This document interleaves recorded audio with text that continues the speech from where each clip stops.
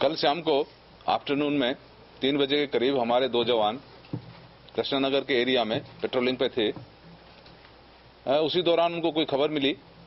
Informer ने बताया कि 2 बदमाश हैं जो लूट के इरादे से आपके क्षेत्र में आने वाले हैं। उन्होंने गाड़ी नंबर भी बताया। इसी दौरान एक मोटरसाइकिल उसी नंबर की जो इन्फॉर्मर ने इन्फॉर्म किया था उस पर 2 लड़के हेलमेट पहन के आए, जिसको हमारे जो दोनों जवान थे तेज बहादुर और ग्रीस, इन्होंने रुकवाने की कोशिश की।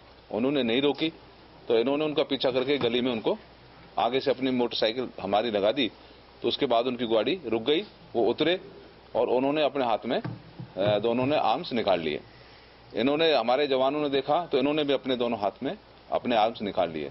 ये देखते हुए कि भाई पुलिस के पास भी आर्म्स है, फिर उन्होंने वहां से भागने की कोशिश की। मोटरसाइकिल छोड़ के एक लेफ्ट की साइड की गली में भागा, दूसरा राइट साइड की गली में भागा।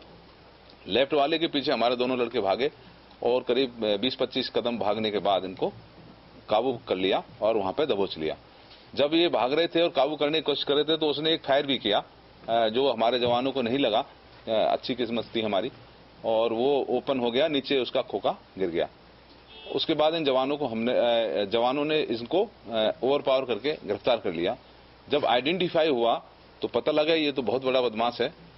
नॉर्थ ईस्ट में एक सत्ते गैंग है, सत्यप्रकाश एलिया सत्ते, जिसपे मेरे ख्याल से 1 लाख का इनाम था, और उसी गैंग के ये 4-5 मेंबर हैं। उनमें से ये 2 एक्टिव मेंबर थे जो हमारे एरिया में लूट की वारदात करने के लिए आए थे। जिसका आइडेंटिफाई हुआ है, इसका नाम है दीपक। इस पर करीब 28-30 केस हैं पुराने। ये नंदनगरी के एरिया में एक राजू छिकना है, उसका मर्डर इन्होंने किया था, उसमें ये वांटेड था। और चूंकि उस केस की वजह से ये कोर्ट के केसों में पेश भी नहीं हो रहा है, तो करीब 8-10 केसों में ये अपने बेल भी जंप कर गया है। ये बहुत ही बड़ा बदमाश है उस एरिया का, जिसको हमें पकड़ने में कामयाबी हासिल हुई है। इसके पोजीशन से वो जो असला था वो प्राप्त हो गया है।